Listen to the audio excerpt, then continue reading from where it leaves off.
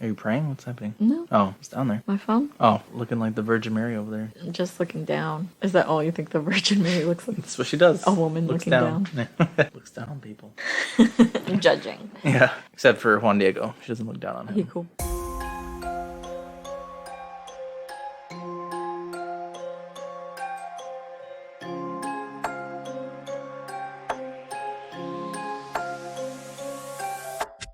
Welcome back to the Shaken Not Scared podcast. Here with you as always, your hosts Eric and Vivi. Today we're going to be talking about the 2008 movie The Strangers, directed by Brian Bertino. But before we get into that, how are you, Vivi? I'm in a good mood. Are you? Yeah. Why? We had a fun week. It was also stressful, but yes, it was fun. It's only going to be stressful from here on out for like the next month. We always talk about how stressful the next month's going to be. And it's it only never 2 weeks gets away. better. We're also guessing on another show. That's true. Yeah. More to So, come on that one. My sister and one of my best friends threw me a surprise bachelorette party that Eric actually helped too. I was very surprised he was able to keep a secret that long. You said that I gave it away by not showering, which is such a random thing to It's just, give things away. you shower all the time, so when you didn't, I was like, this is suspicious. I was so real and so good at hiding it that I was acting like it was actually going to happen and was sad when I realized we weren't actually going to go to dinner together. Yeah, so you tricked me by saying we were going to go to dinner together, but you were actually just dropping me off to my group of friends at the restaurant. So that was fun because I thought we weren't going to be able to do one until after COVID. Yeah, you kept After saying COVID. it, and I'd be like, yeah, it's so sad. Yeah, it's it used so to be sad. God. Yeah, Yessie and you had both told me that it was so hard when I was like, it's so sad, we'll do one after the wedding. You were both like, ugh, I can't say anything. But how are you? I'm okay. We did a lot of craziness. On Thursday, we were on a live event with Nightmare on Fear Street where we talked about a ton of movies. We talked about tons of drinks that we had stayed up till 2, 3 a.m. Wednesday night to get done for the show. But yeah, that was fun. They were really cool people, so I can't wait to talk to them again at some point in the future. Yeah, it was super fun. If you guys missed it, there is definitely links to it still on YouTube, on Facebook and Twitter if you want to check it out. We'll Yeah, it was a post good it time. somewhere. Is that all you got? I feel like I got so much going on and I can't think. We hit record and we forget. We forget everything. It's like all we know is fine dining and breathing and drinking. And drinking.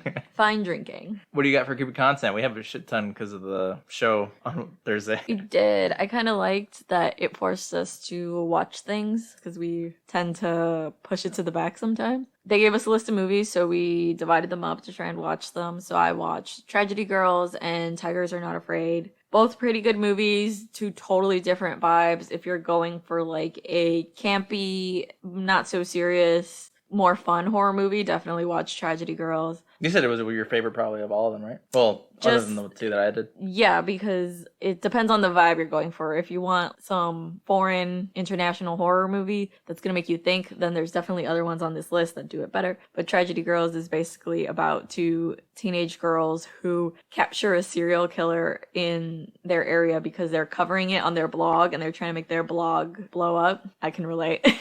And then they continue the murders themselves and then report on them in order to make their Is it because their blog only does well because this was going on? so their blog definitely blows up more as the murders become sensationalized. So because they caught the guy. They are also, like, don't get me wrong, psycho killers. Okay. I was That like, because have they caught found the each guy, they're other. just trying to look out for their show. Yeah, so it's a fun one. Tons of references to other horror movies. It knows what it is and doesn't try to be a super serious. When did this movie come out? Let me look it up because the girl who plays Negasonic Teenage Warhead is the Oh. lead, and then the girl who plays Storm now is also the lead. So more recent then. Probably like late 2010s. 2017, so a few years ago. And then the other film I watched was Tigers Are Not Afraid. It was directed by Isa Lopez, I believe. And it's definitely not a feel-good movie.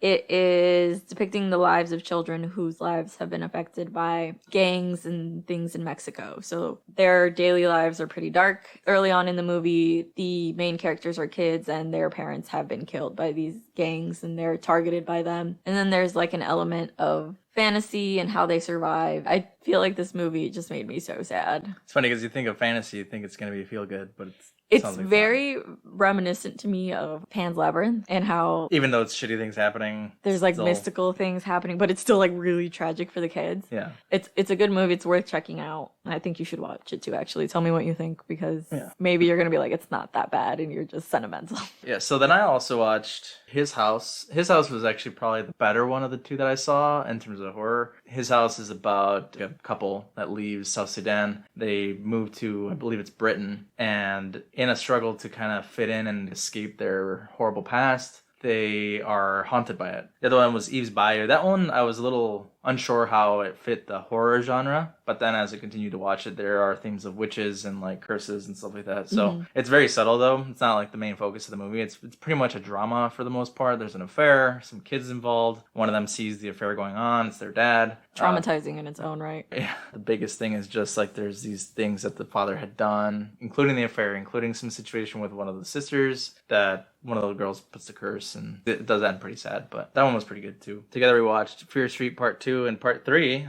a month after they all came out? Yeah, which isn't terrible, I guess. We could have been worse.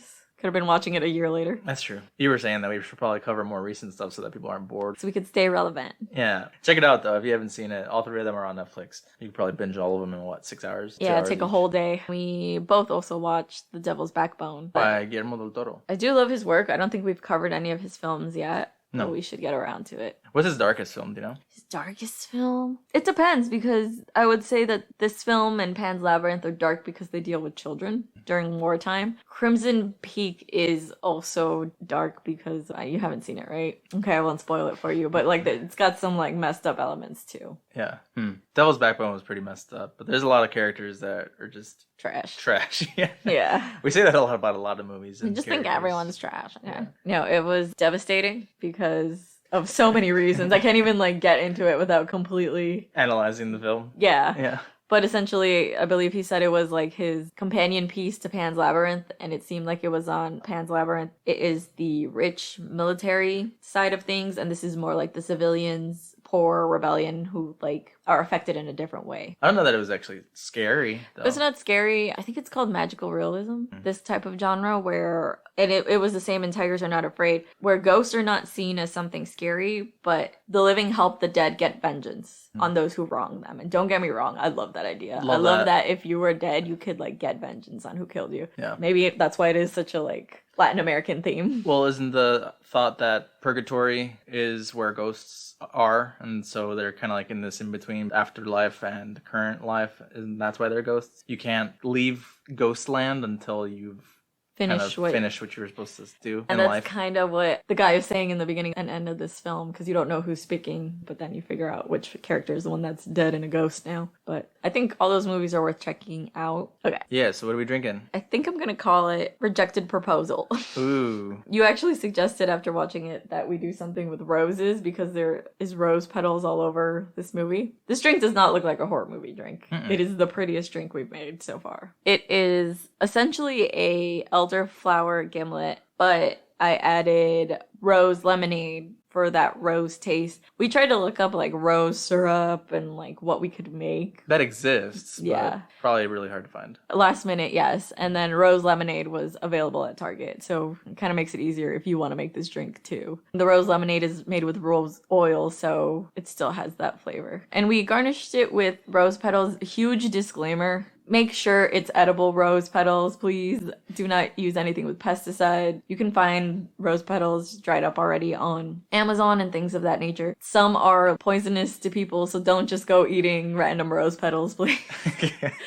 Not to say that we think you'd do that, but we're just trying to cover ourselves here. People have eaten worse things. Well, that's on them. I didn't tell them to go do it. Tide Pods, really? Oh, I thought you were talking about ass. Oh, that's fine sometimes. I mean, will it kill you? I don't know. Will it taste like shit? Probably. I don't know. Very literally. Do you want to try it? I think you're going to hate this drink. Oh, no, it's very sweet. It looks like I hate it. Okay, disclaimer, because Eric's Another just going to hate it because it's sweet. An Eric disclaimer. This drink is good. It is a very summer drink. It's a very floral drink. Elderflower and rose petal. It tastes as floral. It does. There's also lime in it, which I was feel going to like ask, what else is in there? Because I can taste some other things. makes it citrusy. What would you rate it? Well, it's not horrible. I actually don't hate it. I'd give it 2.5.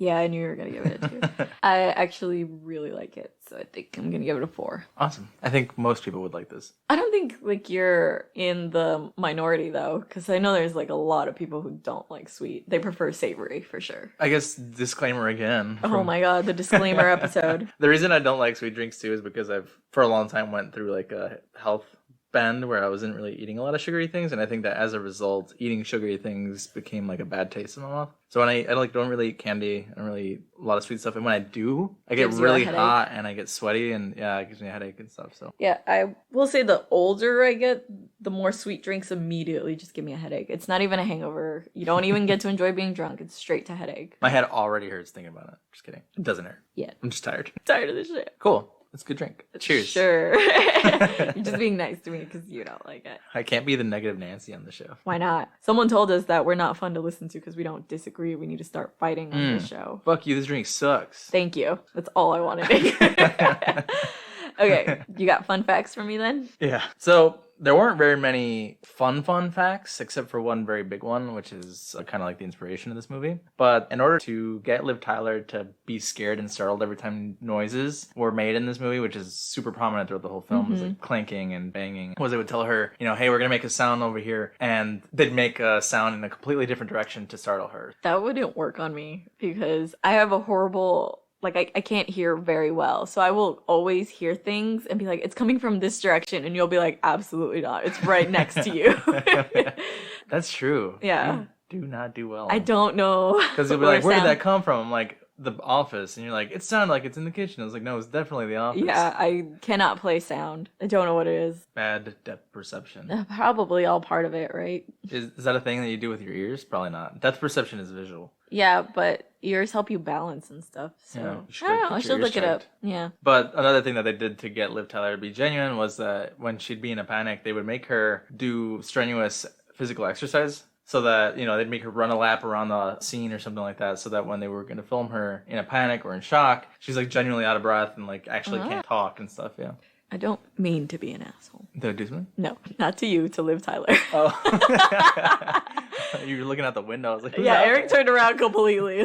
You're like, who are you going to be an asshole I was to? like, Are they someone in our outside? window? Like this movie? Yeah. Do you think it's because she's not that great of an actress? And she can't, like, turn it on like that? I don't know. We were talking about how she's not really in a lot of very well-known things. No, she literally did the biggest film of probably the early 2000s, Lord of the Rings. That's true. You said she was in The Hulk. She was Betty Ross. And then this film, and I feel like I never saw her in anything else after that. One of my issues is that she's so monotone this entire film. Do you think it's because she's like a very delicate person, maybe? I mean, I don't know if this is mean, but... Do you think she's delicate, or did you like see her as delicate because she played like the elf in Lord of She the plays a Rings? lot of delicate characters. In The Incredible Hulk, she's also like, oh my god, what was me? It could just be the roles they put her in. Yeah, too. I thought she did some fighting as the elf princess. She did. I actually can't remember a lot. She was of riding Lord on of a the Rings. horse. I was Yeah, we- thinking of Kate Blanchett in Lord of the Rings. Are you thinking of the same Kate Blanchett characters? is great. Yeah, she is. I love her so much. Yeah, Ella? yeah, I love. I literally Miss have her Ella. on my leg. No, she's definitely the elf princess, Liv Tyler. I'm just saying I can't remember Lord of the Rings like that. She is the love interest of. The ring must be destroyed. Legolas. No,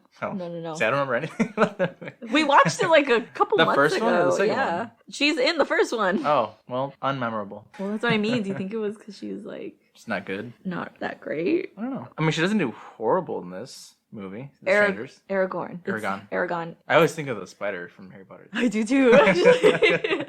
Because it might be Aragorn from Lord of the Rings, and then Aragon is the spider. From I know they don't know that that's his name. They call him Strider the entire first. Wow, Lord of the Rings tangent.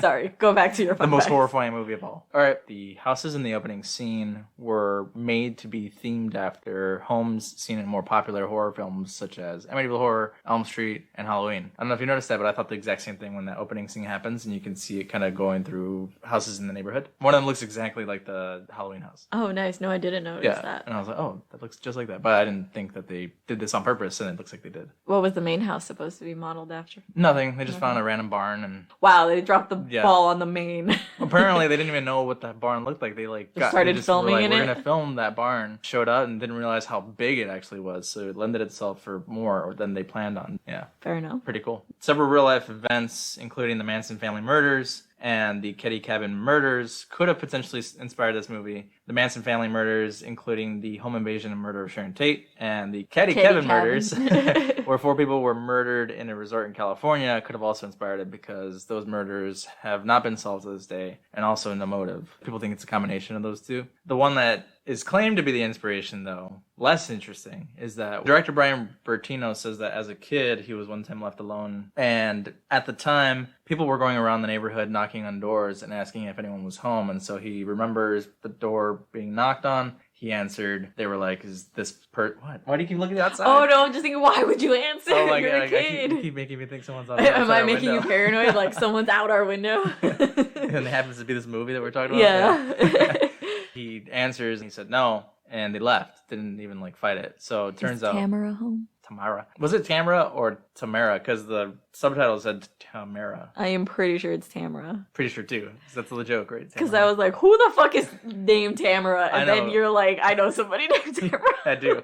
I used to talk to her so much every day. Yeah. We were best friends. He says that afterward he found out that there were a series of robberies in the neighborhood because people were checking to see if people were home. And if they didn't answer, they would break in. If they did answer, they wouldn't break in. So it was the opposite from this film, obviously. But that left a mark on the director. And Yeah. so he says that's what inspired this. Yeah, I know the Manson family murders are very popular. I think the Ketty Cabin ones are less known. You were watching a documentary yesterday about that, right? Oh, yeah, there's definitely a ton of YouTubers and podcasts that have covered that case because it is pretty weird. So you could go check it out pretty much anywhere else. Do people think that really there was no motive, or is there some belief? There are some suspects. It was a resort, so it was like a vacation situation. 2 people who were in the cabin while the others were being murdered, like, slept through the whole thing. So they're like, Suspicious. yeah, that's really suspicious. And they believe it was like some ex-partner of the woman who was murdered. How would you even disprove that the 2 people who quote unquote slept Well, they didn't were do it? kids. That doesn't mean shit. Kids are scary. Well, one of the suspects is the father of these kids, and they think he didn't kill the kids, obviously, because they're his, and just killed the mom and the friend of theirs. Weird. Yeah, there's a lot of good suspects, but yeah, I hope one day it gets solved and we find out who it is. That's so strange. I don't know how these cases work where there's an obvious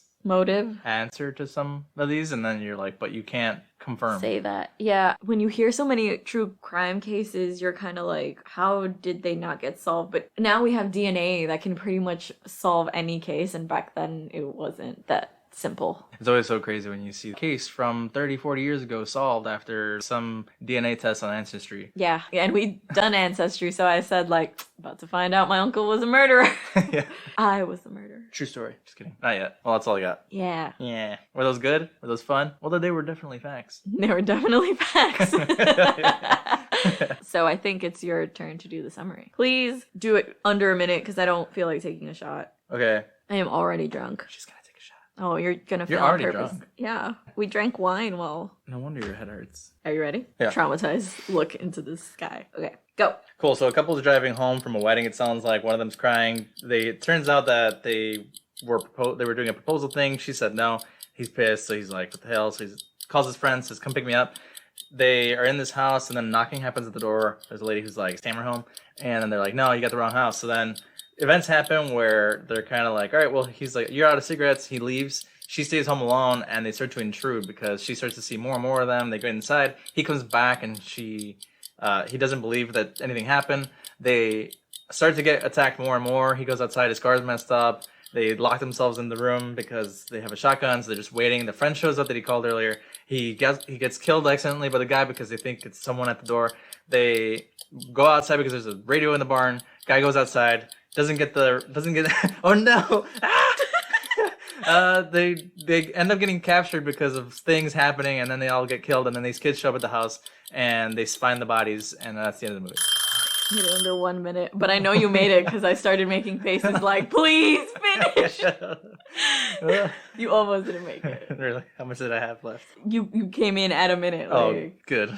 honestly, if I wanted to be picky, I could have been like, you didn't finish. Oh, yeah, I it was don't like wanna take your a shot. minute and 0.5 millimeters. Yeah, milliseconds. 0.nanosecond. Millimeters. Millimeters. That's not how we measure time. We do if it's on a timeline. Mm-hmm. All right, well, That was that was stressful. that. Do you have the actual description Oh of this man, I movie? just threw my phone on it. But 'Cause I'm yes. so pissed. Okay.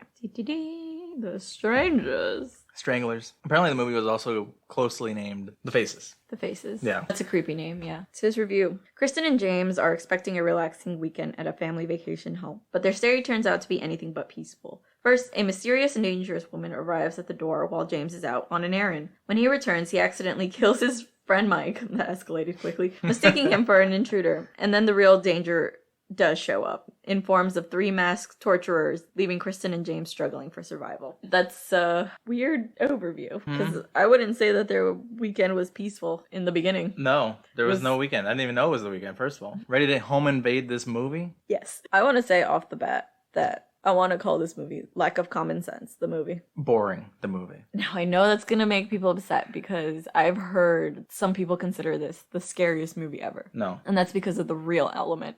I disagree. Well, the real element is scary, but this movie is boring. Yes. Don't get me wrong, there is some scenes where I'm like, I see where you were going with that, and I agree, but overall, I'm just like, what is happening? I don't understand the reason to waste so much time on a lot of unimportant scenes. So I think in reality, a home invasion would be fast, Mm-hmm. and they had to make this movie until an hour and 30 minutes. Add more things to it. I don't fucking know. I don't You know? fucking know. Make the people less annoying. But that's my initial thoughts on it. You ready to dive in? You had seen it before. I'd never seen it, and I thought this movie was boring. I fell asleep. You did it on our first watch. I didn't notice. I did watch this in high school, and I remember not loving it, but I thought going into it this time, I was like, I was younger then. Maybe I didn't appreciate a movie for what it was. This made me angry. Yeah, again, don't get me wrong. Their decisions made me angry. Home invasion, yes, scary as fuck. I've always talked about it. People are scary. But several decisions in this movie could have led to them surviving one, or them just dying faster. Why drag this out, man? Them not dying faster is just to imply that they're playing with them, but... Yeah, I definitely think that's a theme in this movie. Anyway, you want to get into it? Sure.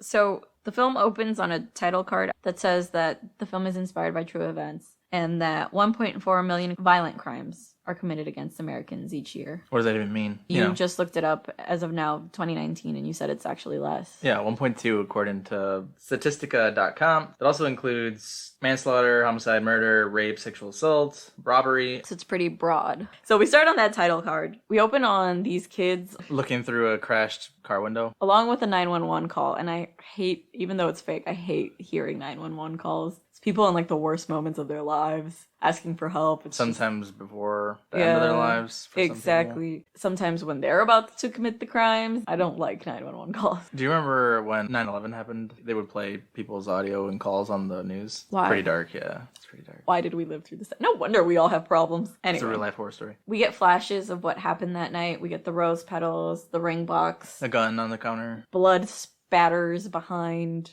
the victims on the wall. Right off the bat, we go in knowing that whatever happens that night, they don't survive it. And then we open on the couple that we later find out is Kristen and James. They're on their way back from a wedding, and it's very awkward in the car. You could tell they've just either had a fight or something because she is crying, he's not talking. And they get to the house where they're spending their, I guess, weekend at. It's a vacation home that used to belong to his parents. It's a really boring opening 15 minutes maybe? Because it's just this awkward connection between them two. They're talking about, well, I had all this planned for you, and there's petals all over the damn house, and Yeah, it is. you're gonna take a shower? All right, well, let me chug this champagne bottle that was in the tub. It is awkward because you spend probably, the first 20 minutes, like you said, trying to figure out why they're fighting. You don't know why yet. There's boring flashbacks to the wedding. It's like, yeah, we know you were at the wedding. Why'd you do this flashback? I think it's meant to imply that like they had an okay relationship. But you said that this scene means that they weren't even together for a while. They're acting very, like,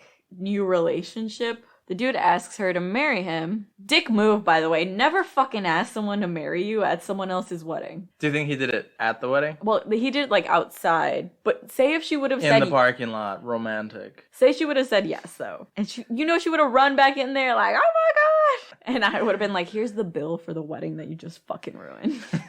Damn. Do you think Yeah. anyone would care? Yes. You have the same group of friends. They're all gonna be excited. Maybe they're like the random friends who got invited last minute and only got put on the table that's open. That's even fucking worse, because it's like some stranger ruining your... The true stranger. The true horrific part of this movie. Yeah. Actually, I went into this thinking that maybe the character James was in on it. I was thinking like, wow, what a shitty way to say fuck you when someone tells you no for getting engaged. They're like, oh no, I don't want to get married. You're like, oh yeah, I'm gonna kill you tonight. I had 2 plans tonight. You decide how they go.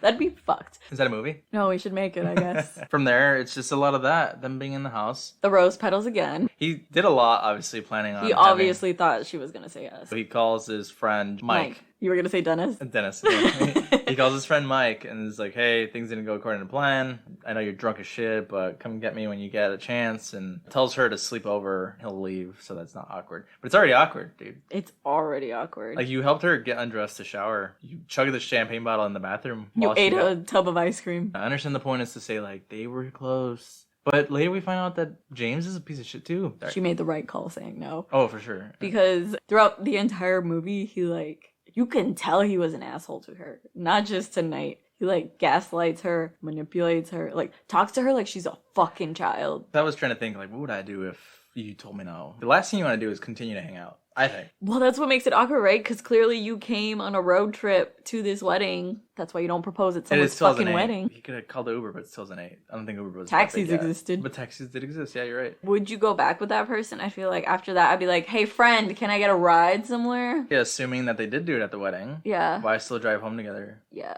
That puts her in a weird situation, too, because she didn't plan on this being how she gets home. Exactly. Like, sending her to a hotel or something, too, is kind of shitty. He has all her stuff back there. Regardless, they're there having a moment. Also, have you noticed this movie takes every opportunity possible to undress Liv Tyler? Literally for no reason. And then it does it again at the last minute. I didn't even notice that. But yeah. Like, they undressed her and changed her again. Yeah. Like, what? Why? I mean... You're going to stab her anyway. You're going to murder me anyway. You might as well murder me in comfortable clothes. I feel like we make that statement all the time. She gets out of the bath. She's still wearing the dress because she's like, it makes me feel pretty. And I was like, bullshit. Me and you both were like, bullshit. The first thing you want to do when you're dressed fancy is get out of that clothes. Yeah, I literally can't even wait getting out of the building of work without taking my clothes off. Yeah, you literally come home and start getting naked from the door. I'm already naked when I get here. You left your trail of clothes all the way from work to the house. Yeah, if you wanted to find where I work, just follow the clothes trail. They have a further awkward conversation. She essentially just tells him, I wasn't ready. He tries to give her the ring and is like, I can't keep this, which agreed. I told you I'd feel weird keeping a ring that someone told me no. Or I'd try to return it. I don't know if it's allowed to return a ring. That's what he says too. He's like, I can't return it. I don't know if you could or couldn't, but you could definitely resell it somewhere else. Probably, yeah, pawn it or something. Yeah. Probably wouldn't get your full money. No, but you'd get something. Huh. She's clearly sorry because she loves him, but she's just not ready. Which is fair. They start like hugging and making out, and they're about to do it, right? And that's when the first knock on the door happens. And we get is Tamara here? Yeah, you can't see the girl's face. She's outside, and he's playing with the light switch because the bulb is kind of loose. Screws it in when she's gone. I'm pretty sure she did that, so... Probably. So her face is invisible. They're like, okay, well... See you later. And they close the door and they're spooked a little bit, but not really. I wouldn't answer the door because they mention it's 4 in the freaking morning. Oh, for sure. I'm like, why are you not? I don't answer the door and it's daylight. It's the middle of the day and we weren't expecting anybody. I don't know if I've mentioned this before, but my dad would hear people knock the door and just straight run to the bedroom. No one's here. Everybody shut the hell up. Turn the TVs off. The antisocial king that he was. I'm serious. I think it became part of me too because I'll do the same thing. Probably not here because we would know if people were coming because we're so far. Yeah, and people literally can't get in the building unless they notify us that they're coming. Right, and there's cameras everywhere, so I wouldn't really be too worried here. But with you looking at the window, it makes me think someone climbed our balcony. It was one of the things I thought about. That's the one that would scare me, yeah. Because the reason we live on the second floor is because a lot of the places we had seen, we weren't allowed to do home security, and they were at ground level. And I was like, well, I'm not going to be ground level with no security. Because there's also curtain walls. It'd be easy to come in and kill somebody. This is just us being super paranoid. Because I'm sure other people don't really think about that, but we do. I don't know. Do you think it's like from growing up in like not the best neighborhoods that we think like this? We got broken into a couple years before I did move out, and I remember we didn't have security before that, and we had security afterward. And now it's like a default for me to want security. I know some people think it's a waste of money. When we used to tell people like we got security after that, they were like, "For what? It's such a waste of money. No one's ever broken into my house." Until it's like, yeah, it happens, no one ever broke into our house either. Piece of shit. No, we had security for a while because same thing. We thought someone was scoping out the house because it was snowing, and we found fingerprints on our windows in the kitchen. And they're like not ground level windows, they're pretty high up. I remember we had like furniture outside in the back, so my parents like yeeted the furniture out so people couldn't stand on there and like look in, and we got security after that. It is one of those things that I think until it happens to you, you don't do it. I don't want to judge you guys, but you also don't have a closed fence. I've told my parents to get one since the beginning of time. We should probably cut that because I don't want people to be like, where do your parents live? They seem kind of available to be robbed. I'd like them to be brave enough to go to the south side to Chicago first. Come at me first, though. Yeah, cash me outside. How about that? Listen, a lot of friends, our family who already listen to this live there, so they're fine. Yeah. How do we get on this house? Oh, you don't answer the door at 4 a.m. No. Also, I hate that these big ass houses in these movies always have the lights on? I've heard people say like, no, you just leave your lights on and people always think there's someone home. No, you turn all your lights off so that they think everyone's asleep. No, my parents are one of those people who have the security on, but they leave the living room lights on. So someone thinks that there's always Really? people there. I see the opposite, 'cause if I see the lights off and it's nighttime, I'm assuming everyone's asleep at home. But we would, if we left the house, we would leave lights on. Yeah, that's what I mean. Whenever we would not be home for the evening, my dad would be like, turn on the lights so people think we're home. But as a burglar at 4 a.m., I would assume Everyone's someone's asleep and they're home. If I'm a burglar and it's 4 a.m. and the lights are on, I'd be like, that's weird. There's probably no one home. They're fucking. Which is what they were doing. In the whole house. You don't know. Oh, yeah? It's what they were doing in the kitchen. That's true. On the piano. Yeah. You gotta hear the sounds of sex. The sweet music.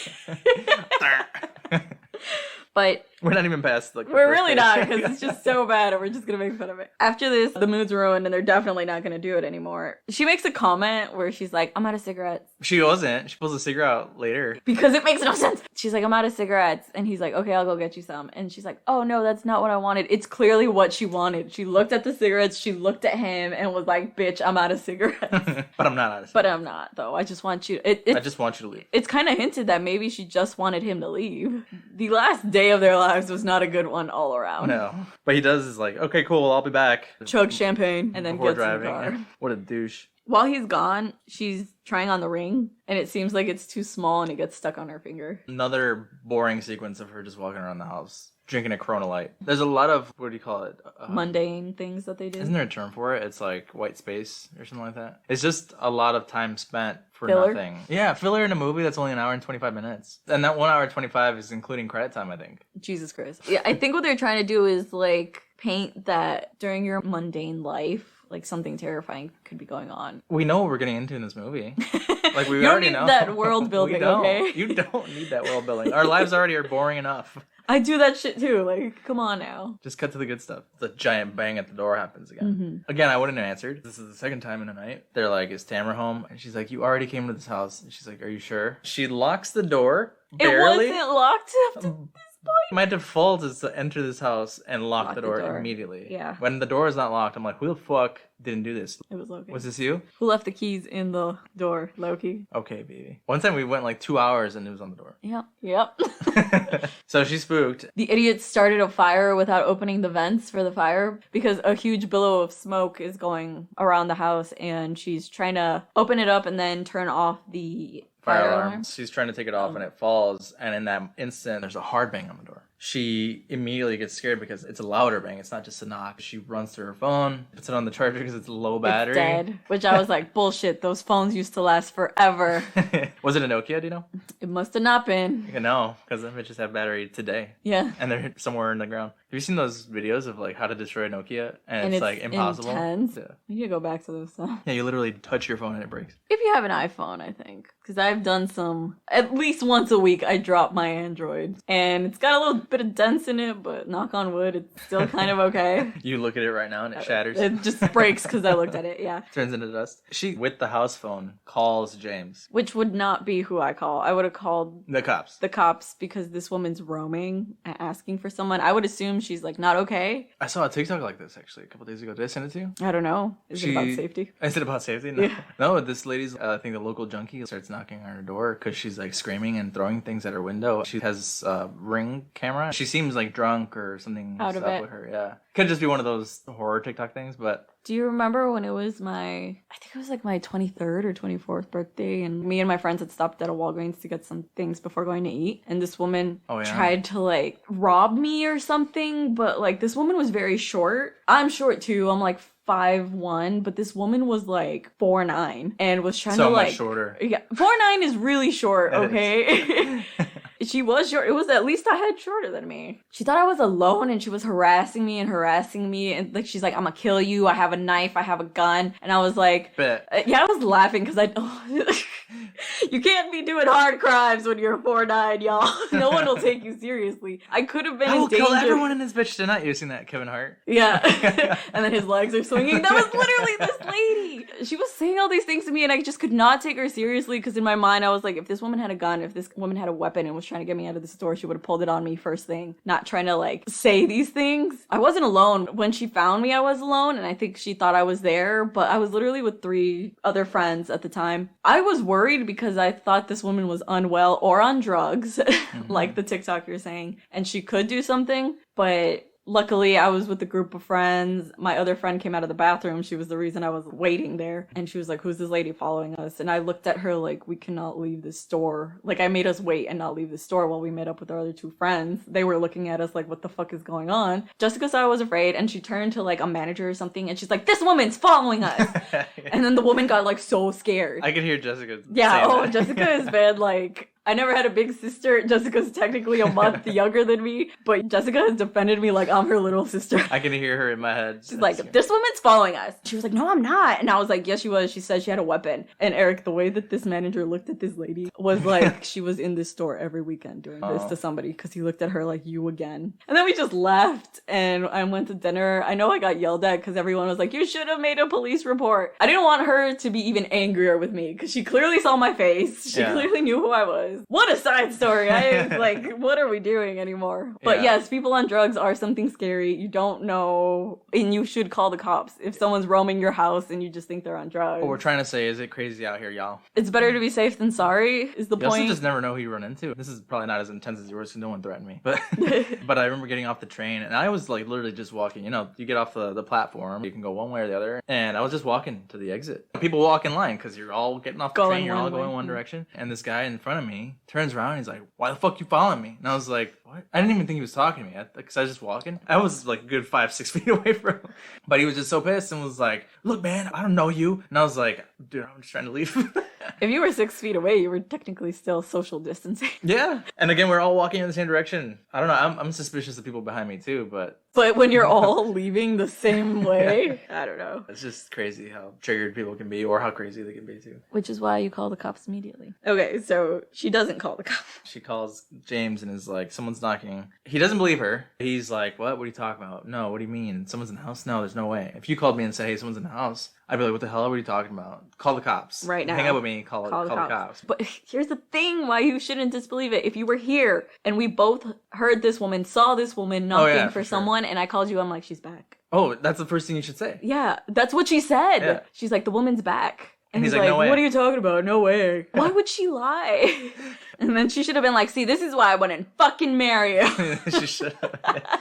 But she's like, stay on the phone with me, and he clicks. I don't think Is he it clicks. that he clicked or that the phone stopped I think working? the landline got cut because her cell phone's not charged at this point. So she lights a cigarette, even though she just sent him for cigarettes. She walks to the kitchen, lights a cig, and this is the first moment of horror other than the knock at the door, because the masked man is in the background in one of the corners in a wide shot of the kitchen. She's turned around. I don't understand her lack of panic in this, because right after getting off the call, if someone's been banging on the door and it's a weird ass situation, I don't think that you'd be so chill just walk around the house after that. She turns around and hears another bang at the door and hears metal clinking, and she then grabs a knife. I would have had a knife. There's a fireplace, there's probably a poker, right? Oh, like yeah, there's absolutely. there's a couple Just of things. leave it in the fire for a quick second. I think because she lights a cigarette, she is stressed out. Smokers, I guess, reach for them. I think that is probably one of the scariest scenes here. You last night were like, oh no.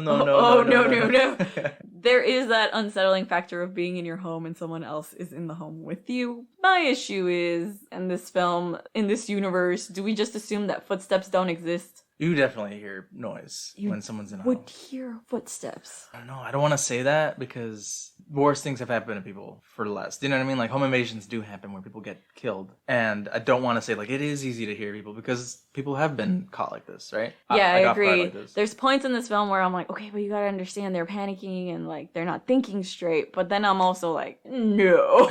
I think one time we did have a situation here in the house where I was like, what if someone got in the house while we were up? We even checked the patio at night, do you remember? And I like opened the blinds quickly because I was like, if someone's there, my thought was, if I break into this house, I would hide on the patio at night because I'm less likely to look out onto the patio with the blinds closed. Yeah. And I just quickly opened the blinds because I was like, they're probably outside. If anyone's here, they're inside or they're in the closets. But like, my method of checking the closets is not like sneaking and then slowly opening the door. It's fucking rush. You know, because you don't want to give them a moment of plan. If you go slowly, you're giving them time to get ready. Listen, I hope we never find out how we are in a home invasion. At some point, I think James says this, like, it's us versus them. It's definitely them, because I'm not letting them kill me. He says that too, and then kills his friend. Kills his friend. So, yes, he is in the background and not doing anything to her. This is where you, as a viewer, realize, oh, they are fucking with them. They want to, like, scar them emotionally and mentally first, and then they're gonna kill them. Yeah. She grabs the knife because another knock at the door. She notices that the fire alarm's on the chair, and she has a moment of realization that someone's in the house. She goes and runs to her phone, and her phone's off the charger. She goes up to the window because she hears more banging and throws back the curtain. And I think in most horror movies, you don't expect the person to be there, but they were right there, and she's screaming. There's so many windows in this house. I went into this thinking that it was something paranormal, maybe. You know, like there's black-eyed children who knock on hotel doors. I want to see a black-eyed children movie. I was trying to picture them outside and what they were doing, because it's like, you gotta run around this whole house and see where she is so you can, like, be in the right window. I think, yeah, at one scene towards the end where she's kind of like, I'm gonna die, and barricades herself in one of the rooms. I think I was even making fun of it to you, because I was like, all right, here's what we're gonna do. As killers, me and you, we're gonna, like, burst this door open, but we're not gonna be in the doorway. And it's gonna be hilarious, because she's gonna freak the fuck out. All right, ready? Let's do it. Like, that's how I imagine that conversation going. But, right. The door slightly opens in the front. She approaches. I thought maybe it was going to be James, because I was like, I'd be ready to stab whoever walks in. But it's not. It's the face of the pinup girl. And she slams it shut. Locks it again. Why was it open again? I think because she, like, the girl outside, either they know how to pick the locks or they put so much force. It's one of the bar locks, though. Don't know how they did it. I haven't broken into a home, I can't tell you. Right after that, there's the loud crashing, knocking, metal clanking, and, like, the loud noise intensifies. James walks in. This is the part that I was thinking, like, how could he have missed them? They must have seen him coming and dispersed. Okay, but the way that the movie kind of makes it seem is that loud clanking is happening right as he walks in. He's approaching the house and would have seen them outside, I think. No? But he's an idiot. He is an idiot, obviously. Because after he walks in and sees what she's done, she's cut her hand because she's trying to turn off the lamp or whatever. He really does not believe her that something's going on. He thinks she's, like, overreacting to something. And he's like, what are you talking about? There's no one in the house. Stop. Yeah, stop. Oh, that's how you talk to a freaking child. And, like, that. You shouldn't talk to your child like that. But the way he talks to her, I'm like an older sibling telling your younger sibling to stop crying. Stop. Something worse. Yeah. Just like, I think you're trash and I need you to stop doing what you're doing. Kind of. Judgy. He looks throughout the whole house and she's telling him, like, something's happening. You said yesterday, like, what to do, she doesn't believe her. He's looking throughout the house because he doesn't believe her. I would look throughout the house because I believe you, but also we need to find out who's here. No, we don't. We do. We do not. We do, because they're going to stay in the house. Even if you call the cops, they're still in here with us. But she had a plan. She had barricaded herself in the room. She put the sofa in front of it. And he, like, moved it. And he was like, stop, that's fucking stupid. And then walked out. This is why you died first, dude. They end up in the garage. And she's, like, not even listening to him because he's an idiot. And she goes to the opening in the garage and sees the girl standing out there. And he's still kind of, like, berating her like nothing's happening. And then he sees her, too. Again, trying to think about how the killers were outside, planning to see where they are. They had to be like, well, where are they right now? Oh, they're in the garage. Okay, like, stand over there. So many things would have had to come into play. Okay, stand over there, because they're probably going to look out the window.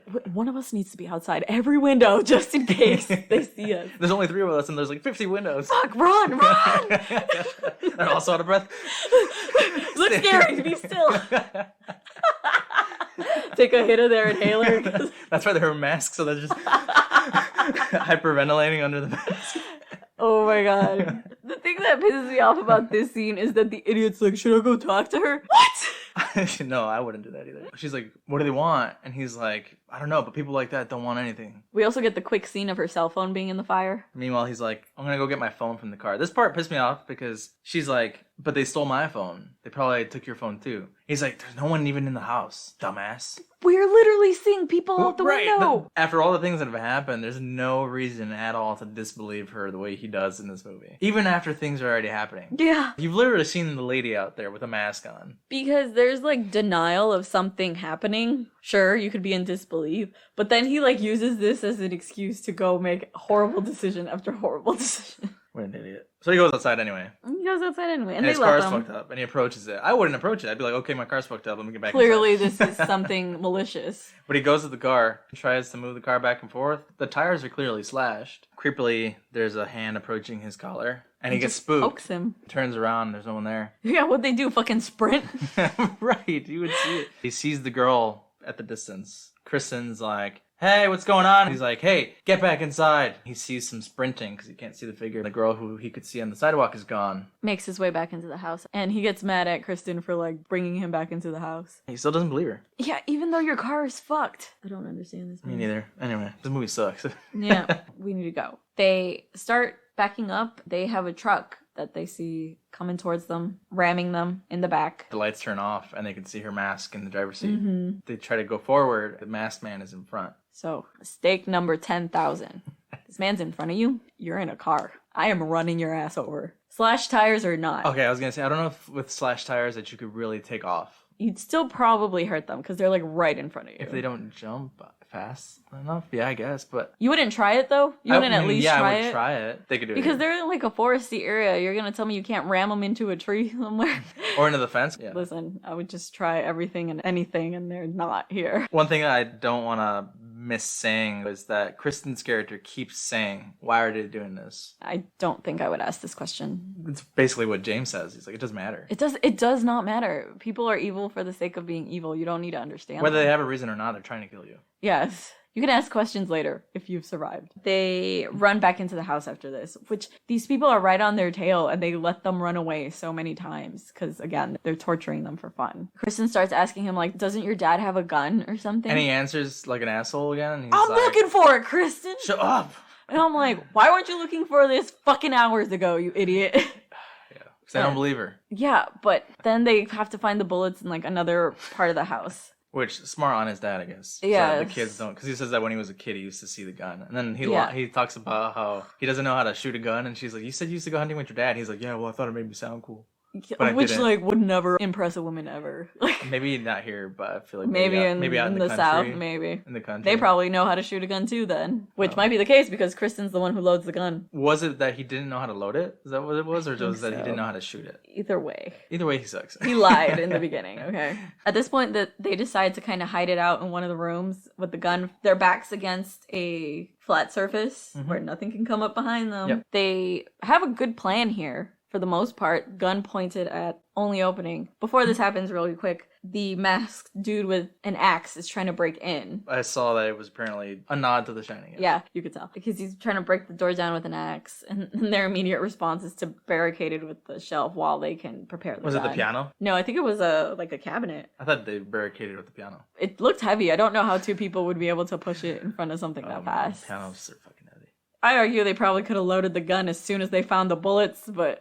Yeah, because it's time to talk about how he's a fucking liar. We got time to talk about how you lied to me, but not load this gun. They have the gun facing the only other entrance. If the friend didn't come, I think they could have survived the night like this, but... If you haven't seen Always Sunny in Philadelphia, every episode starts with, the gang did this. So I wrote down in my notes, the gang walks in on a home invasion. Because it's Dennis. Dennis, yeah. I love this guy. He basically shows up to the front of the house, and he's calling James, and he's like, hey, man, I'm here picking you up. It's definitely his Dennis character, because it's the same attitude that he has in the show. And then suddenly, something crashes through the window, and he gets out of the car, and is like, what the hell? And then notices the car in the driveway that's messed up, slowly approaches the house, suspiciously kind of calls out for James, calls Kristen, no sound. At this point... He doesn't call out for them. He does. Oh, he calls them outside. Okay. But inside, he's super quiet. He walks in, there's like a crowbar on the steps leading into the house. Yeah. This scene is creepy because there's a lot of noise from the music, and it's very quiet. He's not yelling James, he's not yelling Kristen. He starts to see signs inside the house, too. There's broken glass on the floor. Things around the house look Clearly weird. Something went wrong here. Yeah. When he enters the house, I think it's creepy when there's a shadow, and then she comes out of the shadow. And when he's inside the house, the masked man's also walking quietly behind him. And he's walking through the house suspiciously. Ooh, the thing that pisses me off is he's like almost gonna turn around, but doesn't. I'm assuming that the point is, if he doesn't walk all the way and get shot, he's going to turn around and notice him, so I have to be ready to attack him. To get him out of the picture. Yeah. Yes. It's kind of messed up because he doesn't yell. I think had he yelled James, Kristen, maybe he would have gotten killed by the masked guy anyway. But I think as soon as he would have yelled, the masked guy would have killed him. The masked guy would have killed him, but they would have probably still stayed in the room. Do you think they would have? If they recognized it was their friend, they would have run out? If they they had- still had a vantage point, though, Because- because if they ran out and saw both of them in the hall, they could shoot. Meanwhile, the other guy's Yeah. trying to Yeah, kill attack the friend. other guy, yeah. But then there's the other two girls, and you don't know where they are. I would argue though, like their plan would have worked if their friend didn't come to help, staying in the that's the room. unfortunate- How lucky of the killers that this friend came, because if not, they would have had to leave. So what happens is exactly what you predicted. The friend walks to the entrance, and James shoots him. Kristen's one who notices he didn't have a mask. He goes to see that it's Mike. Kristen's like, "What's happening?" and is making her way out. He fucking tackles her to the ground. He's like, "Don't look!" and starts punching the fucking wall. Oh, he starts punching Starts her? punching her. I mean, almost. Basically, yeah. I don't understand why he did this, because if they were gonna leave the room anyway, she was gonna see that it was Mike. Yeah, she he was just, gonna see what happened. 'Cause- without hesitation, leaves the room. and then she follows him. What was the point of attacking her? Anyway, he is not a good person. There is a radio, like a two-way radio where they could call for help. Makes his way out there, leaving her by herself and taking the gun with him, further proving that he's awful. If they're in the house, what does leaving her behind do? Sacrificing her so you can get help. Trash. Again, I thought that he was in on it, so I was suspicious. That would have of been him a the good whole- twist, honestly. Yeah. Would have been better than what we got. Yeah, and that like the masked man was Mike or something. Dennis. Dennis. Yeah, he comes up from the ground, Michael Myers. Yeah. Michael Myers style. No. And puts on the mask. Jigsaw style. Oh, yeah. The killer's been in the room the whole The time. whole time. I mean, he has. He shot him in the face with a paint gun. That would have been a great movie. I want to see that movie. Yeah. Before he walks out of the house, he also sees behind one of the curtains, the glass says killer. Like they're judging him for having killed this friend. Judgy. Some judgy Like, murderers. damn, piece of shit, you killed your friend. Fuck. Also, kind of fucked up. Wouldn't you be like, his car? I'm gonna take his car. I'm gonna take his car. Yeah, for real. What an idiot. The friend's car. You gotta look for his keys, even if you left them in the car. Like, they're probably still in there. They're either in there or maybe their thought is they already messed up my car, so I'm assuming they took his car too. I don't know. But that's never shown. Instead of going to the barn. It's a lot of wasted time. If you think there's a radio in the barn that you could possibly ask for help versus the car Because that you might have not a gun. keys. We could be like, run for it. If I see anyone I'm shooting them. shooting them, we get in the car at least. They clearly don't have guns themselves. James makes his way out to the barn, and he comes across one of the masked girls, and immediately doesn't shoot her. No. He kind of Also, like hides. why is she in the barn? Yeah, what is she doing? What has she been doing this whole time? She's just kind of been chilling in the background. Because if you want to say, okay, well, she went to the barn to see if anyone else was there, they would have done that earlier. She has a flashlight and she walks out of the barn door and is just standing around looking. Dumb. I don't know that they knew how to make these characters do what they were doing for any reason. Unless it's just to say they're Maybe insane. that's part of what makes them scary. There's you don't no even logic. know why they're doing anything. Yeah. Ever. Maybe she was like scoping it out because there's a later scene where Kristen does go into the barn as well. But why not destroy the radio? From the Then. beginning. And then she shows up and it's already destroyed, and then it's like, Oh, same no. same impact. Yeah, pretty much. His character finally gets ready to kind of shoot at her, and the burlap sack man sprinting, freaking Get Out style. You know, I thought it was him, but he's in the house with her. So I think it was the blonde. I swear it was the man. I swear too. I swear I thought it was the man too, but he's in the house with her. Okay, we gotta rewatch this scene. Yeah. he's I in the thought house by with that her. point he had left the house because she was like also having her own episode outside in the grass. But- Whoever he fights, he shoots the weapon off, and that's what makes her get afraid and leave the house. Mhm. And she runs and busts her shit. I would absolutely do this. I did this when like we first moved in here and we were taking Loki to the bathroom. Peter Griffin outside for a while. Yeah. And Loki thought you were playing. Yeah, he was still a real little puppy at that Oh, point. he was tiny. Mm-hmm. She messes up her leg though, and she's crawling. And I think this scene's also pretty creepy because you can see that the one girl's behind her walking, and then when she turns around, there's no one there. I get that we're supposed to suspend disbelief and say that she just doesn't know these people are behind them, but there are leaves on the ground. Yeah, you would have definitely. You would have heard the crunching behind you. I get that you're also making a lot of noise crawling, but I think you hear additional noise. I like how I'm talking so much shit, like I didn't say at the beginning of the episode that I can't place direction when I hear it. But you still hear somebody. Yeah. I'm just be looking everywhere like, where the fuck? They can't see that, but Eric just flailed around all over the place. That'd be you. Yeah. Fucking Snow White running through the. Yeah, that would be me.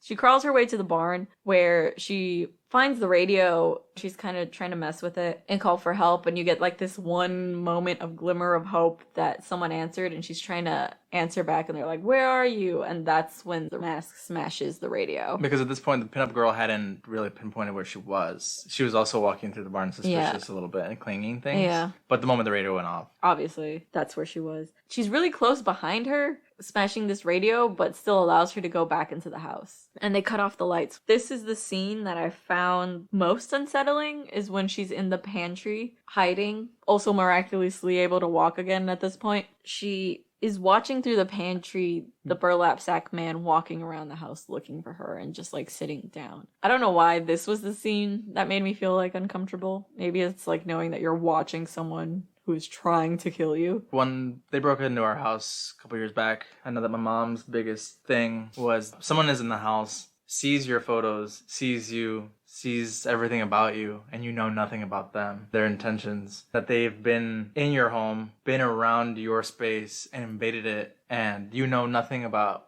what they're capable of, is the scarier part. I agree. That's super violating. It's the place you're supposed to be safe in. This is not their house. Yeah, that was gonna say, that's the issue though. It's not their house. It's his parents' like vacation home. I don't know. But still, there's that element that she doesn't know who they even are. Mm-hmm. For this character to take a break and sit down. Just chill a minute. And you think she's safe, but then the blonde girl, yeah, the bug's back. Mm-hmm. Don't smack anything.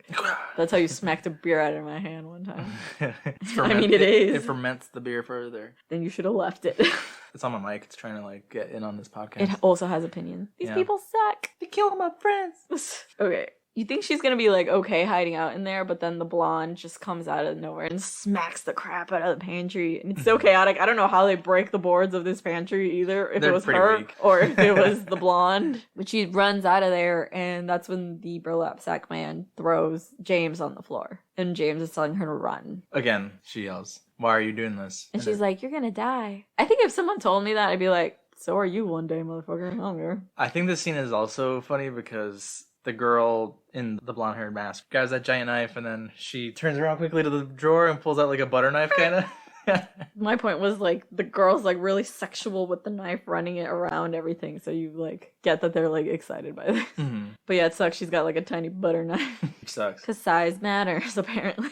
Apparently. When murdering. It was girth, not size. She runs into one of the rooms, but they kick the door down and they're not there. She tries to run out and they body slam her like straight like into the wall and knock her out. And she just weakly Gets tries to grab dragged. onto things. And then it's the morning. I think why this movie does this is because in so many horror movies, once the sun comes up, the horror is done. Like only bad things can happen to you at night. But they've kept them alive till the morning. I think it was like done on purpose on their part. They are tied up to chairs. They put her back in her dress for some fucking reason. They filmed this chronologically too, so if you wanted to say it was like error in the filming, it's not. No, it was a choice that they made. And then this is where we get the tagline of this movie, pretty much, where once again she asks, "Why are you doing this to us?" And then the Tamara girl is like, "'Cause you were home." And that's it. That's it. Just cause. And I get that it's supposed to be terrifying that, and it is, That's the impact. that someone could choose to do this to you for no rhyme or reason, and they will. Did she need to ask it the entire fucking movie? So many people are into like true crime and serial killers now that they would not ask this question. It sometimes I'd be like, "What? Mommy didn't fucking love you? Is that why you're killing slices me?" your throat anyway. Oh, you're so basic. Bundy did this in the 70s. Like, Isn't that in a scary movie? yeah. Something like that, right? Oh, Like, where one of the characters is like literally dying, and she's like, "Well," the character's like, "Why won't you die?" no, I think it's actually like Harley Quinn in Birds of Prey, where she's like psychoanalyzing them as they're doing things. She's like, "It's probably because mommy didn't love you. Your dad did this to you when you," Yeah. and she's still crazy. Yeah. I feel like that would be a lot of people now. Yeah. They wouldn't ask why. So they are stabbed to death sitting in these chairs. While kissing. While like he notices that she has the ring on and she's like, "I love you," and he's like, "I love you." Little does he know that it's on her because she couldn't get it off because it was too tight. Kind of a bummer. That's how you end up married. So now we're here. Couldn't get off because it was too tight. Yeah. Wouldn't like, it be the opposite? You could get off because it's so tight. did you ever watch shows like 1,000 Ways to Die and like ER Nightmares and stuff? No? Okay. Because there's one where like these people were on like a lot of drugs and they got stuck having sex. There's literally a scene in American Horror Story too. Is it? It's not that they got stuck, but they get murdered while doing it. And Oh. they find the bodies like that. I don't remember that. Which season was that? I think that was Hotel. Hotel? Yeah. Oh, maybe. I don't remember that season that well. Yeah, I just Lady remember Gaga Lady kills them. Gaga. Yeah. That's all I remember. Lady from Gaga's that the season. Love her. Would let her murder me. Yeah, while doing me. That is what she does with her I'm not upset. partner. If you go to the gates of hell or heaven and they're like, so how'd you die? And you're like, well, I got murdered by Lady Gaga. Well, By vampire Lady Gaga. They would be like, that's pretty Well, awesome. you know what? Good for you. Heaven was on earth. Why not just send you back? You peaked. I don't know what to tell you. I don't even know that these places can beat that.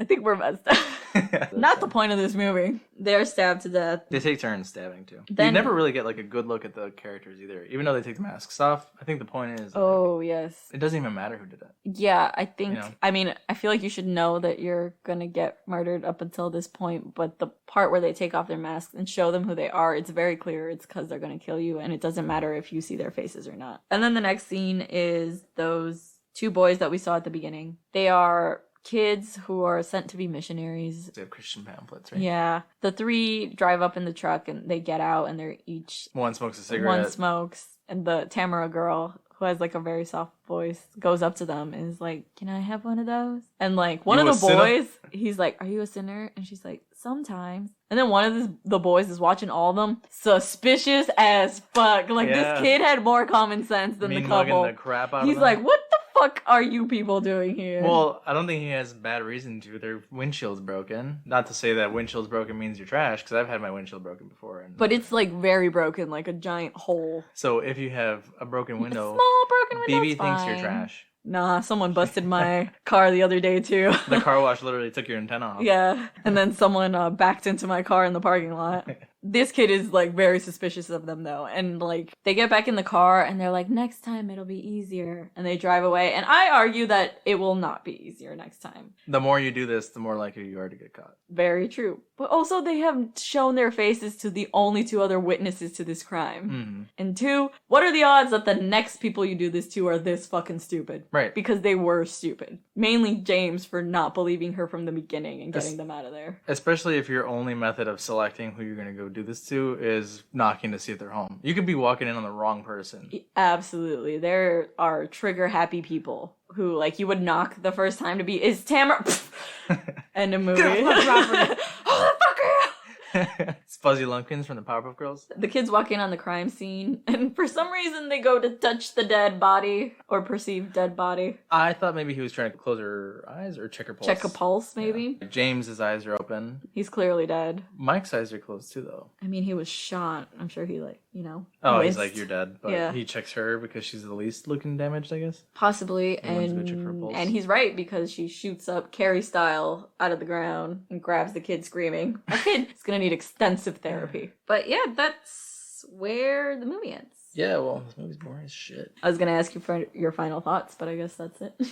It's not that this idea is not scary. Mm-hmm. It's that this film was boring. The way that they did it was boring. There's like 1 or 2, 3 good little scary scenes there, but the movie wastes a shit ton of time. I agree. There's like very unsettling things about it. And we're talking a lot of shit. I'm sure if like we were in this situation, we would also make horrible decisions, right? For sure. But because we're watching a movie, and you, again, I think I said this at the beginning, you imagine a home invasion is a short, violent event, and this is people trying to terrorize them, like, for fun. So it has to be dragged out as much as possible to fill out an hour and 30 minutes. You fell asleep. I did. I fell asleep twice. I fell asleep when she's in the pantry, and I fell asleep when She's, like, roaming the house. Roman in the house. Yeah, there's a lot of just like nothing. Happening. Like the flashback in the beginning is like, why even include that? We're not saying this is not scary, because we thought we heard a noise in the middle of recording, and we went out to check it. Clearly, it's making us paranoid. There is a sequel, I think, that came out like 2 years ago. Pray at Night, I think is what the sequel's called. Yeah, we should check it out. Maybe it's better. There's really only one moment of fear like that where she's in the kitchen by herself and the dude's in the back. Like that's the only real To me, moment. yeah, that's where I was like, fuck that. Yeah. I read a review that was like the trailer was scarier than the movie was. I think so too. I remember that line, "because you were home," is in the trailer, and it's like It's a scary line. It absolutely is, but it's like the culmination of the movie, and it's already in the trailer. So would you rate it? 3. I'll give it a 4. Yeah. All right. I guess should we talk about what scared Loki? Nothing, because it's how fucking boring this movie was. Actually, he like pretty much just chilled out in the living room the whole time. Like maybe he was interested in the Nox and random clanking, but didn't really care. Yeah. We even asked, like, if someone did this to us, would he care? We think if someone would have come in at 4 a.m, like we've said this before, he does bark when he And hears growl. people outside. There's been people working construction outside our house for like a month, and he barks and growls every time. And I let him so that people know I'm not alone. Yeah. I don't want to find out if he's an amazing guard dog or not. You want to growl for us, Loki? I don't think he growls on command, but I wish he did. Someone teach us how to teach him how to growl. he won't speak. He refuses to speak. He only did it one time in like One the first time. week. I don't even think you were here, but the first week that we got him, I was washing dishes. I was just trying to see if he would howl, and I howled, and he did twice. And I was like, "Oh my god, he did it!" But he's never done it since. After that. And we've tried. Yeah, we were looking at adoptable dogs, and one of them was a basset hound wiener dog. Yeah, Dachshund. And I'm like, they would howl, and then maybe to teach Loki to howl, but I don't think he's gonna do it. Anyway, is that it? Yeah, I think that's it for us Cool. here. As always, we hope you guys had a good time here. You can follow us pretty much anywhere at Shaken Not Scared Pod, except Twitter. We are Shaken Scared Pod. You can send us an email at shakennotScaredPod@gmail.com. You can support the show on Patreon. We'll name our next drink after you with mentions on our website, where the drink page will live forever. You can listen to us on all your favorite podcasting sites: Apple Podcasts, Spotify, Google, Stitcher, a bunch of others. Give us a listen, give us a follow, throw Loki a treat. Like, rate, review us. Okay, thanks, bye. Bye!